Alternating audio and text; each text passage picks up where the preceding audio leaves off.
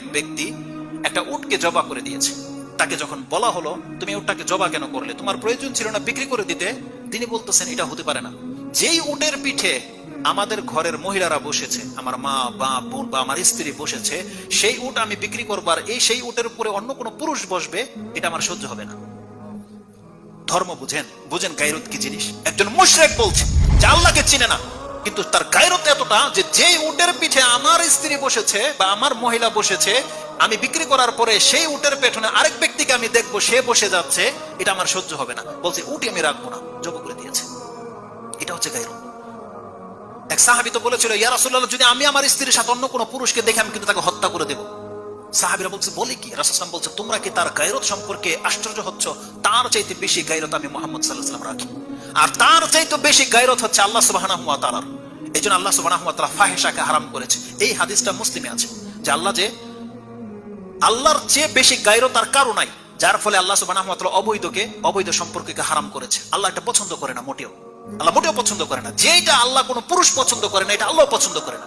আল্লাহ পুরুষদের মধ্যে বা মানুষের মধ্যে এই ফিতরত দিয়ে দিয়েছে যে একটা পুরুষ কি যত খারাপই হোক, ওকে পছন্দ করে যে ওর মেয়ের সাথে ওর বোনের সাথে অন্য কোনো ছেলেকে দেখুক, পছন্দ করে? এটা করে না। এটা হচ্ছে গায়রত। আর যেই ব্যক্তির এই গায়রতটুকু নাই, ও মানুষ হয়ে নেই আসলে। ওর চেয়ে ওই মুশরিকরা অনেক বেশি গায়রত রাখে। মুসলিমদেরকে আরো বেশি গায়রত সম্পূর্ণ হতে পারে। আপনাদেরকে এরকম হতে হবে যে আপনার ঘরে যেন এরকম বেহায়ামি না থাকে। আপনি কন্ট্রোল করার চেষ্টা করেন আপনার মা বোনদেরকে, কারণ আপনি আপনার মা বোনদেরকে আজকে লুজ ছেড়ে দিয়েছেন বিদায় পাশের বাড়ির ছেলের চরিত্র নষ্ট হয়ে যাচ্ছে। আজকে ব্যাপারটা এমন নয়। আজকে আমার মেয়েকে যদি আমি কন্ট্রোল করে রাখতাম, ওকে যদি ভদ্র পোশাক পরাতাম, তাহলে ওই পাশের বাড়ির ছেলেটা ওর চক্ষু নত হয়ে থাকতো।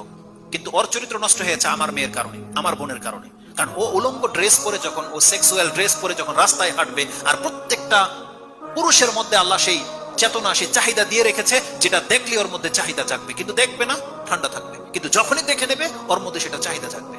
এটা জানার পরেও আপনারা কেন আপনাদের মা বোনদেরকে বা মেয়েদেরকে কেন আপনারা পর্দা শিখান না? কেন তাদেরকে আপনারা শালীন পোশাক পরান না? কেন আবার আপনি বলছেন যে আমার বাবা, এক মেয়ে চাষারায় দাঁড়িয়ে বলছে, শহীদ মিনারের সামনে দাঁড়িয়ে বলছে আমার বাবার টাকার কিনা পোশাক আমি পরি, তোমার সমস্যাটা কোথায়? এটা কোন বাবার ঘরের সন্তান? কোন বাবার ঘরের সন্তান যে কথা বলতে পারে? কারণ ওর বাবা ওকে এটা শিক্ষা দেয়নি যে আমি মুসলিম আর আমার ধর্ম, এটা শিক্ষা দেয়নি। তাই তোর বলছে যে আমার বুক বেঁচে থাকবে, আমার বাবার সমস্যা হয় না, তোমার কেন সমস্যা হয়? এই ভাষাটা ব্যবহার করেছে। আপনি কি মনে করেন? সুবহানাল্লাহ। বাংলাদেশের পুরুষ কি সব হিজরা বা কি, মানে ওই খোঁজা, যে কারো কোনো উত্তেজনা তৈরি হবে না?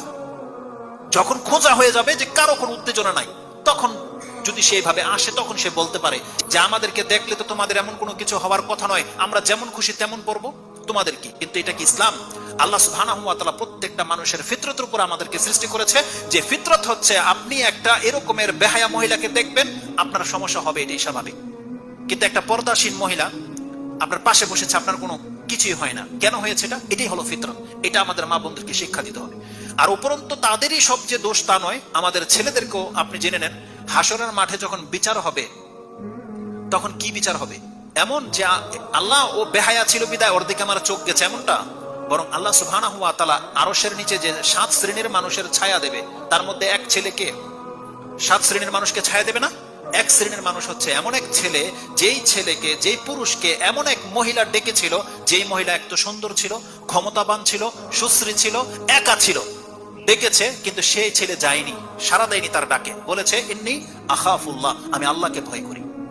তাহলে যেই ছেলেকে ডাকা হয়েছে সেই ছেলে যায়নি, আল্লাহ সুবহানাহু ওয়া তাআলা বলছেন ওকে আরশের নিচে ছায়া দেওয়া হবে। কিন্তু আজকে আমাদের চরিত্রকে ডাকতে হয় না, আপনি ওর পেছনে পেছনে হাঁটেন, আপনাকে আল্লাহ মাফ করে দেবে। তাহলে আমাদের চরিত্র আজকে লেজ হয়ে গেছে, একেবারে লেজ হয়ে গেছে। অতএব দুই পক্ষ থেকে আমাদেরকে কন্ট্রোল করে চলতে হবে, যাতে করে আমাদের দ্বারা কোনো মহিলা ফিতনায় না পড়ে, আর কোনো মহিলার দ্বারা যেন আমরাই ফিতনায় না পড়ি। এই জন্য দুই পরিবারকেও কিন্তু জবাবদিহিতার আন্ডারে কাল কিয়ামতের মাঠে নিয়ে আসা হবে। আল্লাহ যেন আমাদেরকে বুঝার, সে অনুযায়ী আমল করার তৌফিক দান।